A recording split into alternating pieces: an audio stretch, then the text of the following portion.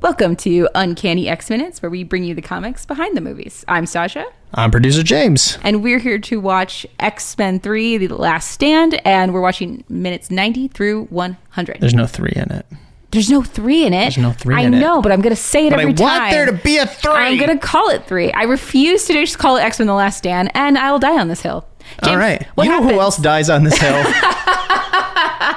Go on. Well, Jean Grey first starts by disintegrating the military. Yeah. Wolverine has to confront her. It's the big confrontation for Dark Phoenix. Destroying the military is pretty based, but go on. And then Wolverine, to lead to Wolverine then stabbing Jean, killing her. Yeah.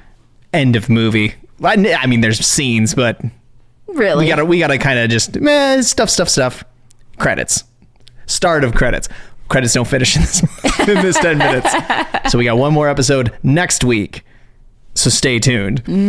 Since we have another Dark Phoenix section in a whole other movie, we do. We're not gonna. I don't want to do too much Dark Phoenix. So instead, I went through both commentaries on the DVD to see if we missed anything or if there was anything enlightening that we maybe guessed or didn't guess, or we had questions as we've been going on, and there's some answers in here.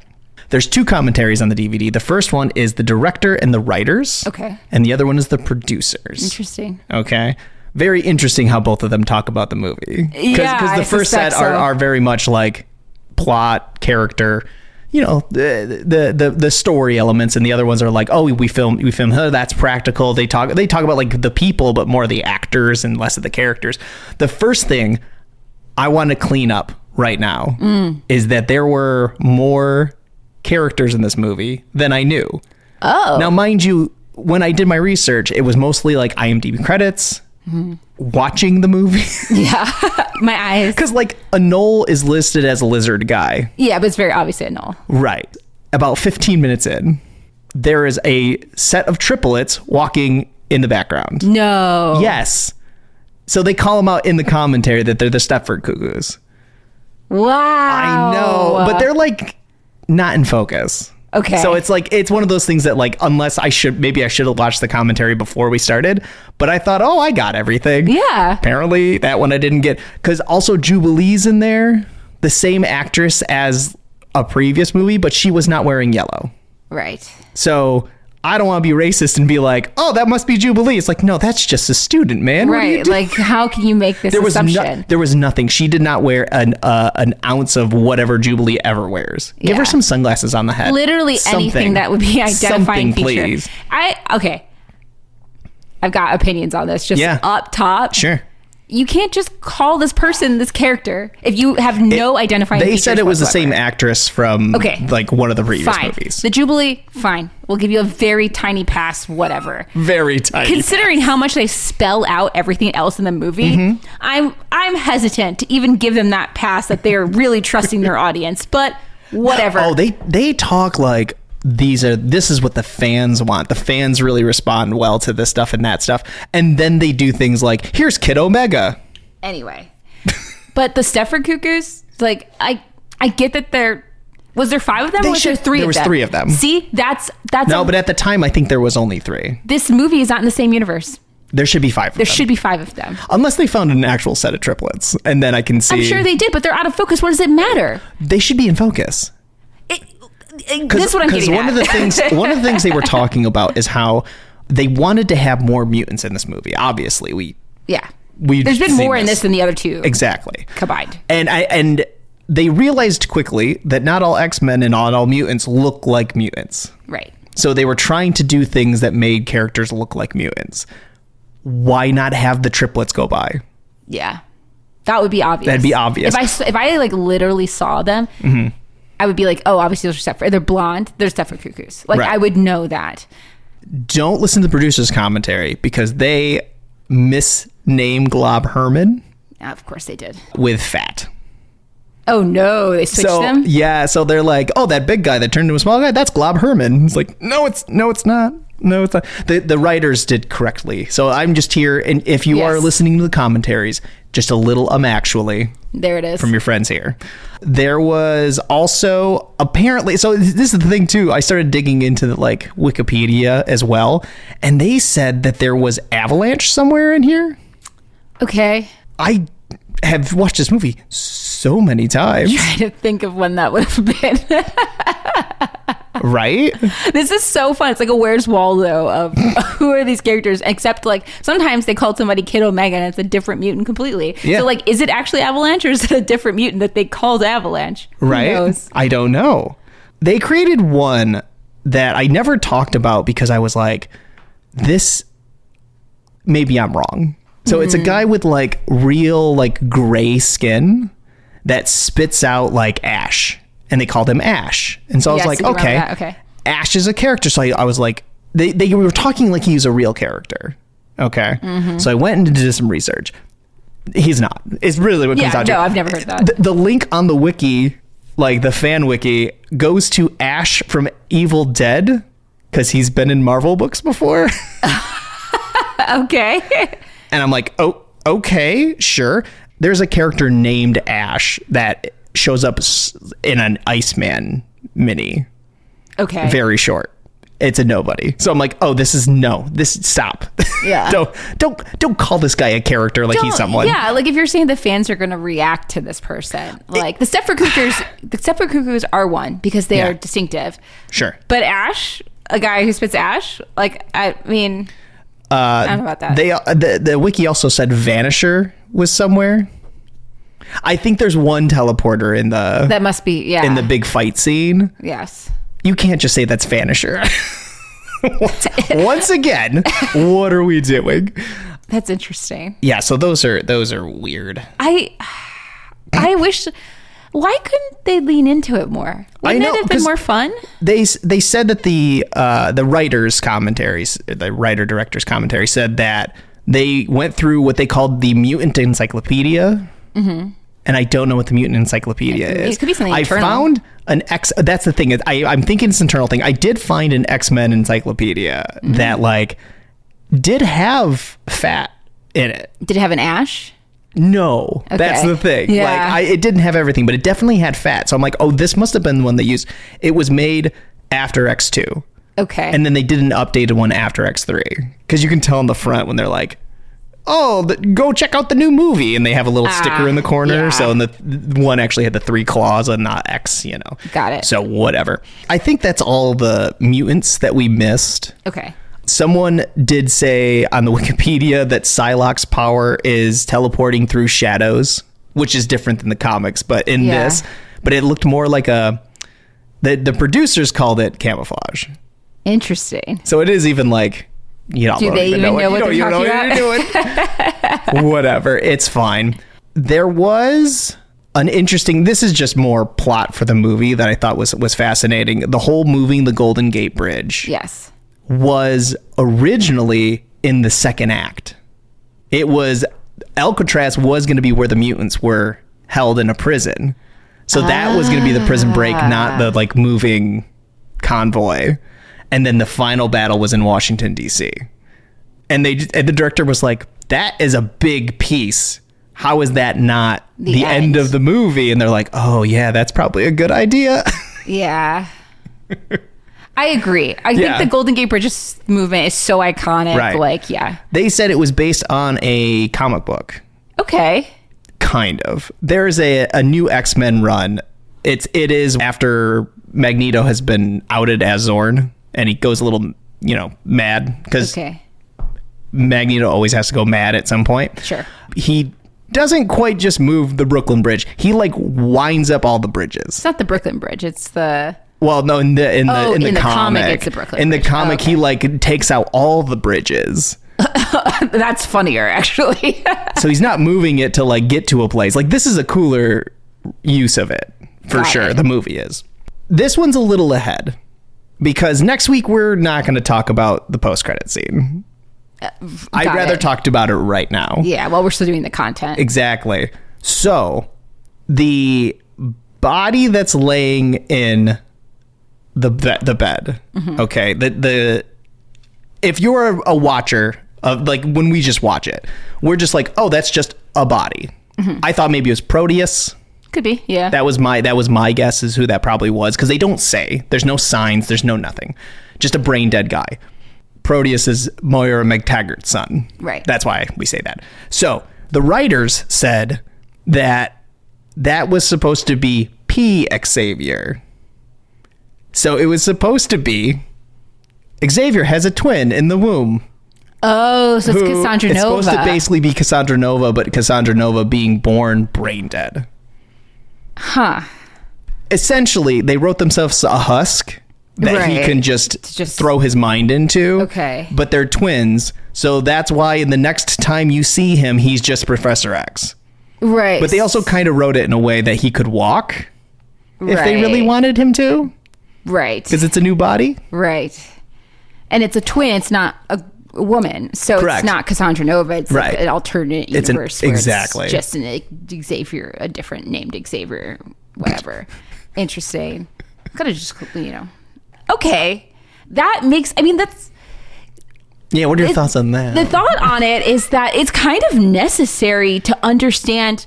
I wish that was in the movie, because I wish they actually said that. I understand it's a post scene, but yeah, but do a close up of a board that says like P. Xavier. Show the face. Or even if it's P. Xavier, whatever. Just give me something so that when I see him in like the Wolverine movies or in the next one or any of the other ones, I understand what happened. If my memory serves me, it is a post credit in the Wolverine, which I haven't seen. You haven't seen that yet. That is where they reintroduce Xavier, and then Magneto's there with his powers, and it leads into Days of Future Past. That makes way more sense. Okay, but still, but that's a couple. That's 3 movies from now. Right, that's like years from now, right? It's a long time. I remember Days of Future Past coming out. I don't even think I second guessed it. I was like, "Oh, Professor X is back." I did that. I did the exact same thing. I did. It's like, okay. I say that now because I'm like, wait, that. I just assumed, because I hadn't seen the Wolverine, I had kind of dipped out of these movies after these 3. Well, you've already claimed multiple times you're not a big fan of Wolverine. I am not. So, and I have. He has his moments, and there's certain writers that write Wolverine in ways that I enjoy. Yeah. But you enjoy him in the X-Men books. Yes. When he's interacting with the right people. Correct. I don't usually enjoy him in his solo books, and that's why I liked Wolverine in the X-Men, because it's like, he's running the school. There's all the other kids. It's not all Wolverine angst the entire time. So anyway, besides the point. But so when I watched Days of Future Past, I guess I didn't like consciously be like, why is Xavier there? Because I kind of was like, whatever. Like, so much had happened. It had been years, right? Yeah. And then the other thing was just like, yeah, there were a bunch of movies that I didn't see. I saw the other Wolverine movie with Gambit in it. That's the one we're doing next. Right. That one I have seen, and I think that was the last one. How about this one for you? Gambit was supposed to be in the convoy. Really? In the prison truck. That would have been fun. But why didn't they? Oh, they probably just didn't have a character. They didn't cast him yet. It was more because there was him, and then there was a small part for Nightcrawler. And basically they were like, they said, their words, not mine, that Nightcrawler didn't have enough to do. Okay. That they had already told his story. And I'm like, Nightcrawler's got lots more to say, man. Your eyes are so bugged right now. Because, what are you talking about? I was like, you haven't even talked about Nightcrawler, really. I think this is a little bit... Do you feel like they felt really tied to the origin stories of these characters? I wish they did. I don't, honestly. I think this mutant encyclopedia is basically like, here's a person, here's their powers, and maybe like a elevator pitch about who they are. So maybe they'd used up the elevator pitch from the encyclopedia. That's what I'm saying. Yeah. I don't think they did it that way. They also were worried that with the Cure storyline, that Nightcrawler and Beast are kind of standing in the same spot. I don't know how I feel about that, but okay. Well, but for them, they're non-passing mutants that are blue. Right. But it doesn't mean that they have to have the same opinions about it. Agreed. Unless you're coming at it from a perspective of of course they would get the cure because human supremacy. Right. No, I'm not going to make wild accusations, but I think that's a strange choice. But I mean, the problem is there isn't a lot of time in this movie either. Yeah. It's not like there was a good spot for it. It's a shorter one. It is for short, sure. Yeah. But also the most expensive X-Men movie. I mean, you got to pay for that bridge, man. Right? There was one thing about Wolverine that got brought up in one of the commentaries, that post Professor X funeral, him and Storm were going to be a couple. Okay. Based out of grief. Interesting. I that happens in the comics. Yeah. Like Wolverine and Storm have hooked up before. I do distinctly remember there's a whole I think it is during Wolverine and the X-Men, this is volume 2, like the second series of that one, where Black Panther is like calling Aurora about something else, and he's like, not Wolverine, and she's like, get lost, sucker. Basically, like, I'm not married to you anymore, I can do what I want. And I loved that for her. So they almost did that. There was a deleted scene though that was cool during the Jean Grey house fight, where Wolverine sticks his claws into Juggernaut, and then Storm shoots a bolt of electricity into Wolverine as a conduit cool. to go into Juggernaut. I was like, that's fun. Why didn't we keep that? Wait, they cut it? They cut it. Was actually that's there? Like an extended, like I have the footage. Wow. It's an extended fight scene. We should have watched the extended cuts, man. There are no extended. These are just deleted scenes. Oh, they're just deleted scenes? Yeah. You know what? I'm spoiled by the year of 2024. Yeah. Well, it's funny because they're like, oh, the fight scene just went on too long. And I was like, yeah, but if you have something cool, you know, it's not something else. Yeah, right. Yeah. The ending, speaking of alternate endings, in this 10 minutes actually is when Rogue shows up and she's been cured. So apparently that was a big discussion on set. Like everyone had an opinion about like, should Rogue have been cured? I agree with that. Yeah. So what is your opinion? I'll tell you what the alternate takes are. Okay. I don't think she should have been. This version. Yeah. Okay. Because the kind of point, I mean, this is a little bit taking it back, but like this was done. They weren't making 4. At least like not in the same way. They were making Wolverine Origins. Right. They were getting ready to make Wolverine Origins when this was going on. They did not have a plan for whatever number, or First Class was the next one was going to happen. So even then, First Class is not these groups of people. Days of Future Past is the next time we see any of these actors. So this is done. So this is over. The point, the ethos, the concept of the X-Men and being a mutant and like being rejected by society, but yet still choosing to be yourself and all that encompasses is a very powerful message, and to me the core of the concept of the characters that you're writing. So to end the story, if you were going to make another movie and then you were going to explore the ramifications of the cure on Rogue and like play that out in a dramatic fashion, I could accept that as like if it were alternate. More like a comic book where you kind of know it's going to go back. It's exactly. Yeah. But you, at this point, even they knew when they were making it. Yeah. We're just not going to be more. So you can't cure her. You can't cure her. I agree with you. I would say that because here, so part of the way the story has changed throughout production, it seemed the director really wanted the Dark Phoenix stuff. Okay. I feel like it should have been the Cure and like Friends of Humanity. Yeah. You know, make it humans, but then I guess it was the military in too.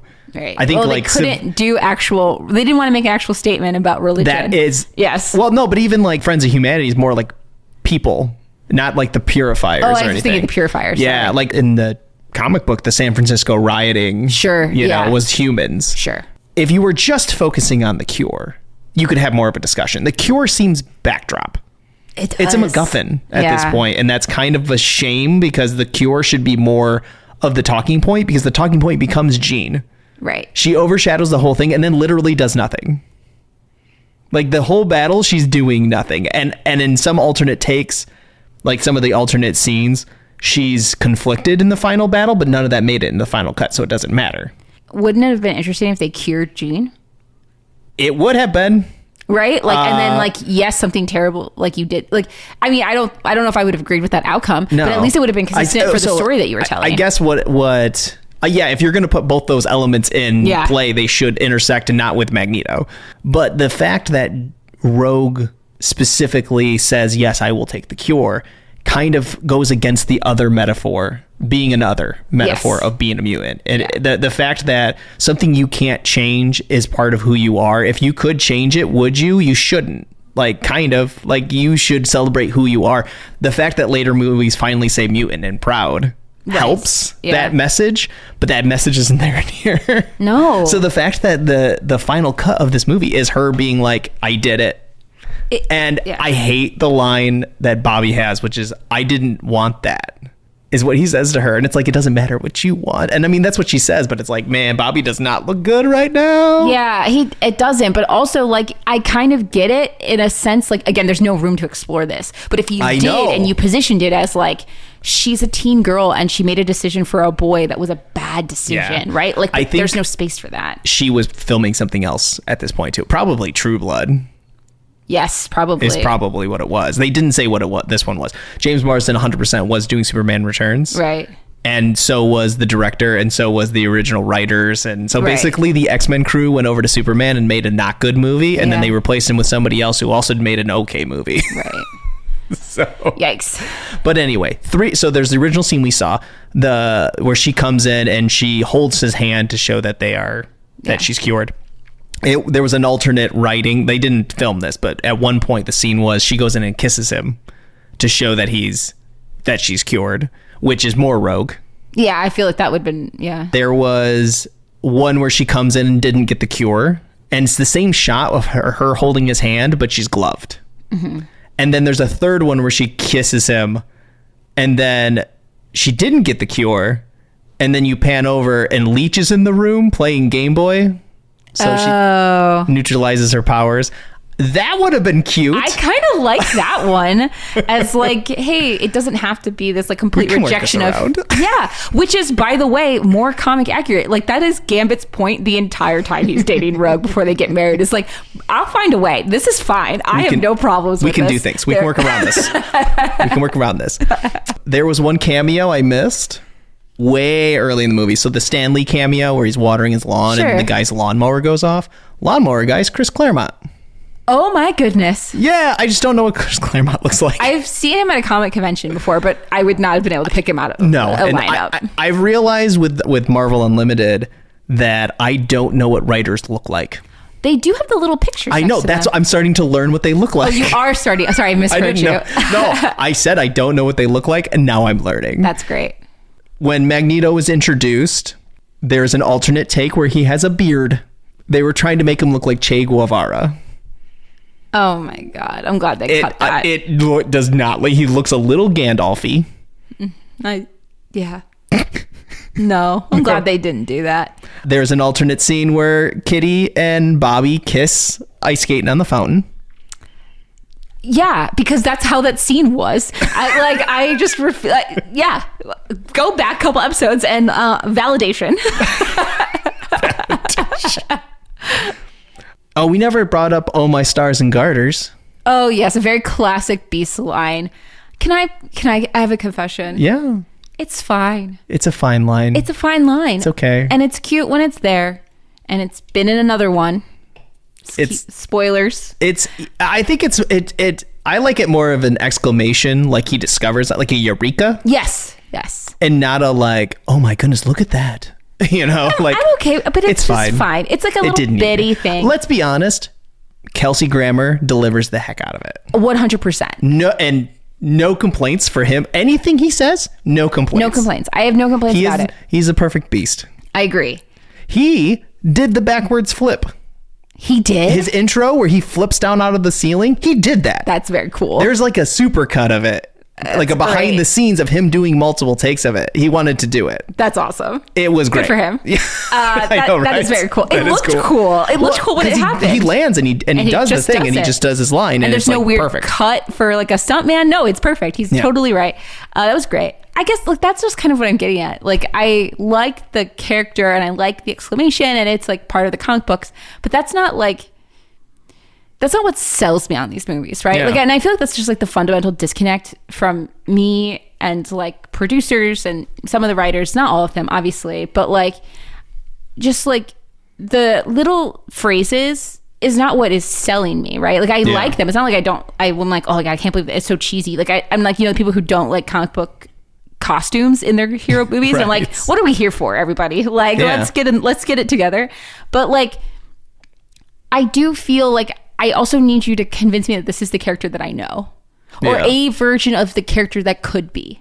Yes. That like that reads to me, right? It doesn't have to be 1-for-1, but I need to believe that that's who this is, not that it's a different person. There are certain tenets of each character that need to be there. And I can't, if you picked a character, we could give, like, basically the elevator pitch is going to be partially what their personality is, like how they should be presented on screen.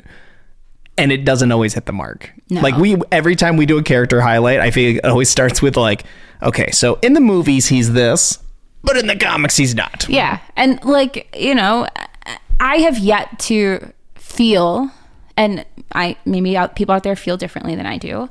I have yet to feel that I think any of the interpretations in the movies are better than I wouldn't say better, no. Close. Sure. Some are close. I think Beast is actually pretty close. Beast is close. Here's my thing. Yeah. This version of Beast. Like, we'll see when we get to First Class. And this is not exclusive only to the medium of film, because there are definitely some runs of certain characters that I don't like compared to others. And like they're different, highlighting different facets, or I feel like this writer didn't grasp the character that I really enjoy. Like the emo Nightcrawler runs, it's not for me. It's not like, I didn't enjoy that personally. Happy-go-lucky, I want him in his pirate outfit. Because he always, the thing is, when you are swashbuckling and being suave and debonair, like he will stop and like switch on a dime and just be like, turns off the facade. Like sometimes it is a facade that he puts on, he's performing, and if he needs to be dramatic, he can be dramatic, and I think they missed that. Mark. A little bit. Uncanny Spider-Man is excellent for that, because they like capture the essence of Nightcrawler in a different Marvel book. 5 issues and too. It's so good. It is so good. It's like, yes, this is Nightcrawler. This is what I want. Put it in my veins. Thank you. But I also feel like a lot of characters, some of my favorite runs, and I keep coming back to it, but I think it's true, takes a character that I know, or maybe don't even really like that much, Wolverine, and shows me a different aspect, just interprets them a little bit different. And I'm like, oh, that's compelling. Oh, that's really interesting. Now I kind of like this character. Like, it doesn't have to be exactly what I know for it to be like, to like feel confident about the character. But they're never so far off that you're like, this character's unrecognizable. Right. I'm like, who is this? Like, what? Like, it looks like this Wolverine person. Running a school is not just a reskinned Scott. No, he's Wolverine running a school. He's still Wolverine running a school. And they've like kind of filed off a lot of his edges. Like his real pointy edges, right? Like they made him a professor. They made him a teacher. It feels self-imposed. It is. And he struggles. And one of his things is that he takes Kid Omega to the gambling planet, right? Like that's very Wolverine, right? Like very Wolverine. Will do things like that, I found that to be more interesting. I think that I don't mind being surprised, but I need you to ground it in a way, or make it a more interesting character than what's been presented before. Capture my interest one way or the other. And I've yet to see a character in any of these movies that isn't like, that has improved upon or shown me a different facet that I'd never seen before, or I liked from like these characters. I felt like all of them, I would prefer a different interpretation that I've read elsewhere. I feel like the MCU does a better job of either giving you a good representation of the character, or at least someone's interpretation of the character. Yeah. But that's building on the backs of these movies. 100%. And there's that caveat, right? These are the beginning. This is like kind of them establishing that. So I have to understand that too. Yeah. But I also would argue, I think the Spider-Man movies did it better. Yeah. I feel very confident when I say Tobey Maguire was a great Peter Parker. Spider-Man was okay. Like, I really love Tom Holland as Spider-Man. Like, his quips when he's in the suit. He's great. He's actually great in both. But, like, in particular, that's where he shines. He shines as Spider-Man. Like, you know, there are these characters that are built in ways that are like different facets of this, like of Spider-Man, and I can see them and I can interpret them, and I'm like, okay, they kind of highlight this person, this character does this really well, and I really think that's cool and interesting, and it's different from the comic books and stuff like that. Yeah. Tom Holland in particular, I'm not a huge Spider-Man fan. I know this is sacrilege at this table, you know, around here. No, you're cool. But I have come around to liking Spider-Man because of Miles Morales and because of Tom Holland. I'm like, oh, these are much younger Spider-Man. That is more interesting to me than like basically 25-year-old dudes who I'm like, y'all need to get it together. You know, like that interpretation feels weird to me. But when they have a younger actor, I'm like, oh, I buy this. Like I can get into it. I don't feel like the X-Men movies really did that for me for any of the characters. Yeah. It's tough. It is tough.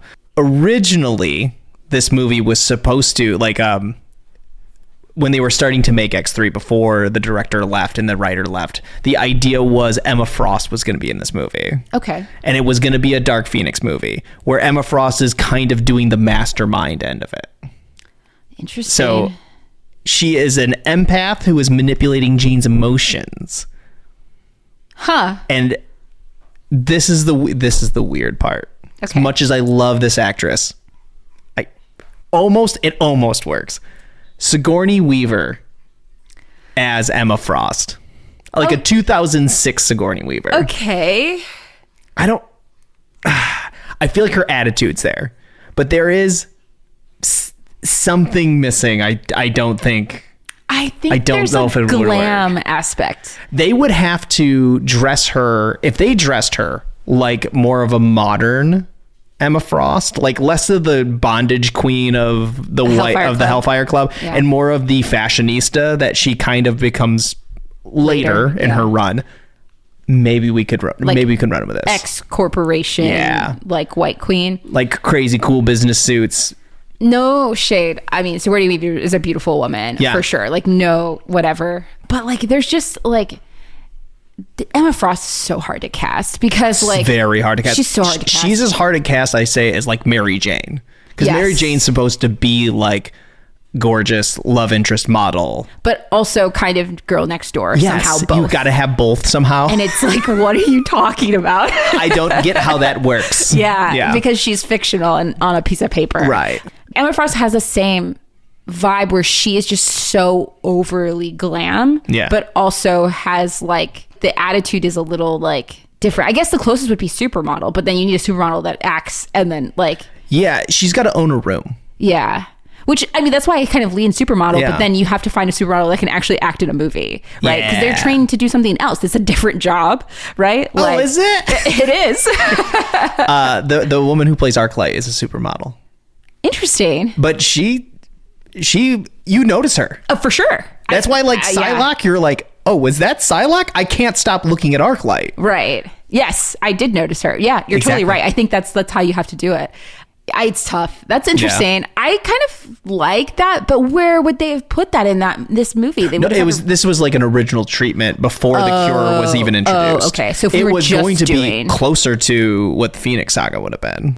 And so there's one last thing I need to tell you about X-Men 3 before we end this. Okay. And it wasn't in the commentary. This is something that like is outside, and it actually kind of was somewhat recently that it was sort of revealed to happen. Halle Berry was, I think she was hesitant about coming back for 3. And so when Bryan Singer left, Matthew Vaughn was supposed to direct it, and he's the one who will direct First Class. Okay. They gave Halle Berry a fake script that was more Storm focused to get her to sign on to the movie, and then switcheroo with the Last Stand script. Oh my God. What? Why would that is so shady? Inappropriate. So Matthew Vaughn was like, I can't. That's so messed up. So he decided. So he didn't direct this. He was supposed to direct X-Men 3. God, they might have had a good movie. Maybe. But not with that script, but like maybe with that script. If she signed on with it, maybe it was like more of a Storm movie. Maybe the Storm script, maybe, but not like the script they ended up with. Right. Well, I don't think that was the one that he was. Whatever. I don't know. Oh boy. Wow. What So that's so messed up. Yeah, that came out somewhat recently. She could have walked, man.